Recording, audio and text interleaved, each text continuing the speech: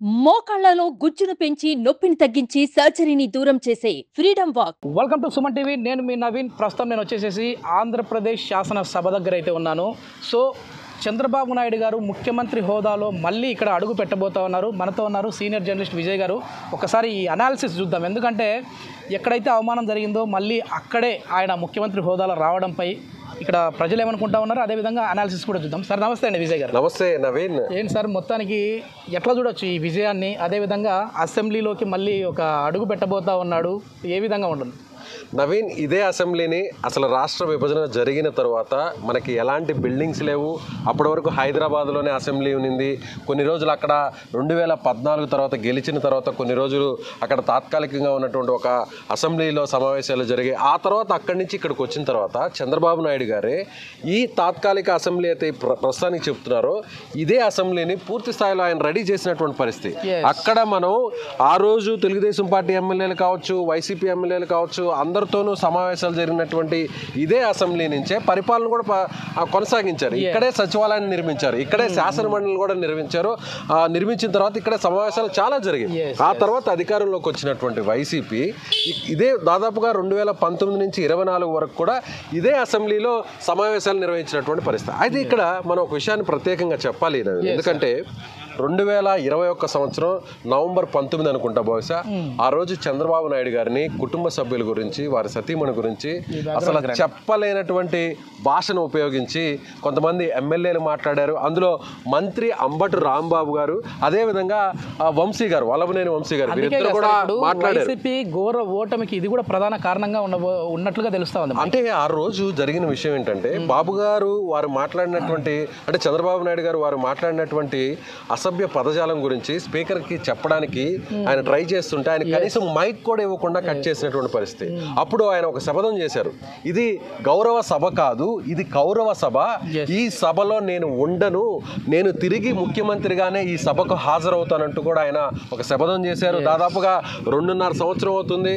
So మళ్ళీ ముఖ్యమంత్రిగా తిరిగి ఇదే అసెంబ్లీలోకి చంద్రబాబు గారు ఆయన ఒక గర్వంగా సగర్వంగా అడుగు పెట్టబోతున్నారు. అందులోనూ ఎవరు ఊహించని భారీ మెజారిటీతో అదే సార్. ఇప్పుడు ఏంటంటే క్వశ్చన్ కూడా, ఇప్పుడు వైసీపీకి అసలు ప్రతిపక్ష హోదా ఉన్నట్ట లేనట్ట? ఖచ్చితంగా ఉండదు నవీన్. ఎందుకంటే ప్రతిపక్ష హోదా కావాలంటే 18 మంది 175లో 18 మంది ఎమ్మెల్యేలు ఎవరైతే ఆ పార్టీకి వస్తాయో, ప్రత్యర్థి పార్టీకి వస్తాయో, ఆ పార్టీకి ప్రతిపక్ష హోదా ఉంటుంది. ఓవైపు కుడివైపున స్పీకర్కి ముఖ్యమంత్రి కూర్చుంటే, ఎడమవైపు ఉన్నటువంటి ఏదైతే చైర్ ఉంటుందో ఆ చైర్లో ప్రతిపక్ష నాయకుడు కూర్చుంటాడు. కానీ ఈసారి ఆ పరిస్థితి కనిపించదు. ఎందుకంటే వైసీపీకి ప్రతిపక్ష హోదా కూడా దక్కలేదు. కాబట్టి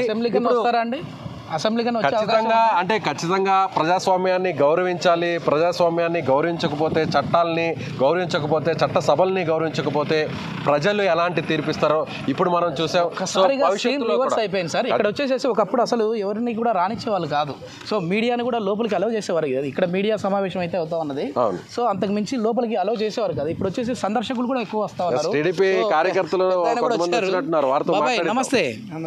ఏం బాబాయ్, ఎట్లా అనిపిస్తా ఉంది ఇక్కడ వచ్చి చూస్తా ఉన్నారు? పట్టూరు మండలం వీర్నపాలెం 83లో ఎన్టీ రామారావు గారు పార్టీ పెట్టినప్పుడు 40 రూపాయలకి జెండా కొని నేను మా ఊర్లో బాటా.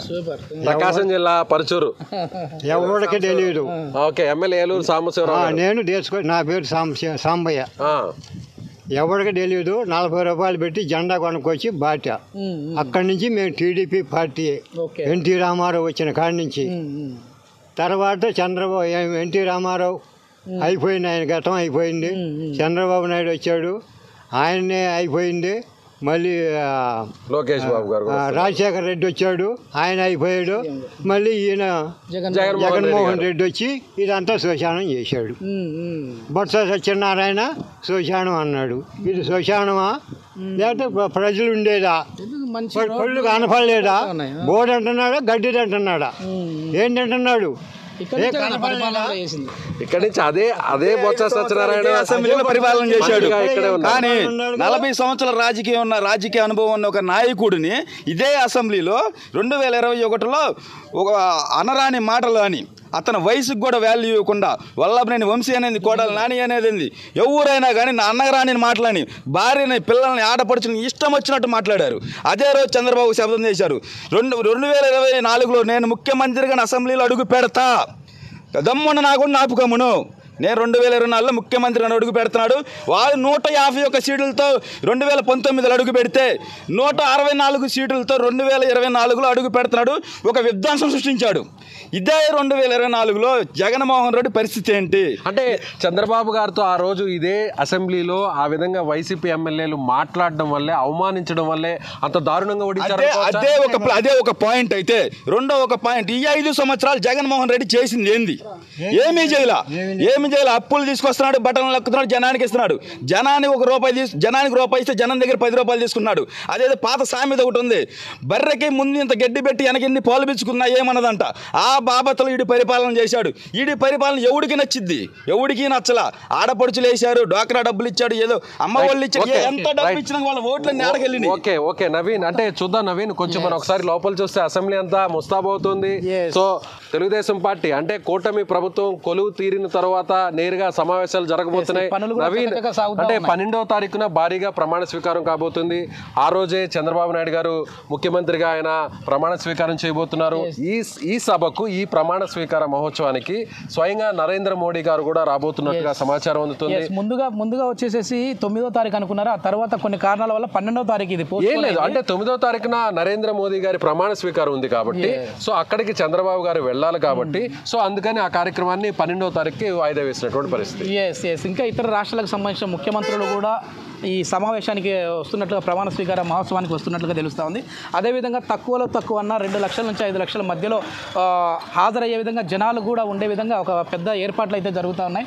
నాకు తెలిసినంత వరకు ఒక 100 ఎకరాల స్థలంని కూడా ఇక్కడ కేటాయించినట్లుగా తెలుస్తూ ఉంది విజయ్ గారు. రైట్ నవీన్, ఇక్కడికి దగ్గరలోనే ఆ ప్రమాణ స్వీకార కార్యక్రమం జరగబోతుంది. మరొక విషయాన్ని కూడా మనం జర్నలిస్టులుగా మాట్లాడుకోవాలి. ఎవరైనా కూడా, ఏ పార్టీ అయినా కూడా హుందాగా సభలు అనేది సమావేశాలు, అసెంబ్లీ సమావేశాల్లో చాలా హుందాగా వ్యవహరించాలి. అక్కడ సమావేశాల్లో జరిగేటువంటి ప్రతి మాట కూడా రికార్డ్స్లో ఉంటుంది. అంటే భావితరాల వరకు, భవిష్యత్ తరాల వరకు రాజకీయాలు అనేవి హుందాగా కనిపించాల్సినటువంటి అవసరం ఉంది. సో భారీ మెజారిటీని తెలుగుదేశం పార్టీకి, జనసేనకు, బీజేపీకి ఏపీ ప్రజలు కట్టబెట్టారు కాబట్టి, సో ఇక మీదట అయినా కూడా ఈ అసెంబ్లీ సమావేశాలు, ఇదే శాసనసభలో హుందాగా రాజకీయాలు, సమావేశాలు నడవాలని నేనైతే మనస్ఫూర్తిగా కోరుకుంటున్నాను.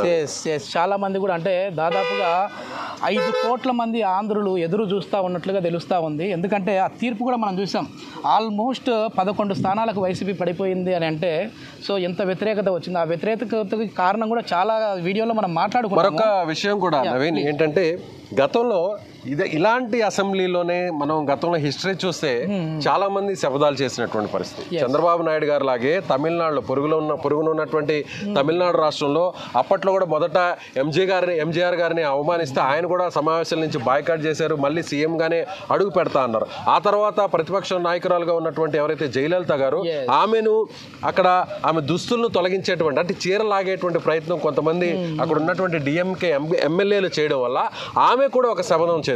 నేను మళ్ళీ తిరిగి ముఖ్యమంత్రిగానే అసెంబ్లీలోకి అడుగు పెడతానంటూ కూడా జయలలిత గారు చెప్పారు.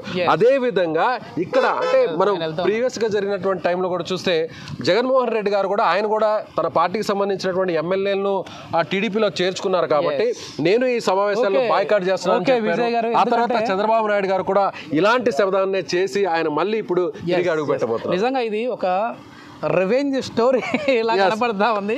సో అందరూ కూడా ఎదురు చూస్తూ ఉన్నారు. ముఖ్యమంత్రి హోదాలో అసెంబ్లీలో అడుగు పెట్టబోయే సీన్ కోసం అయితే ఎదురు చూస్తూ ఉన్నట్లు కనపడతా ఉంది. Please stay tuned. Thank you.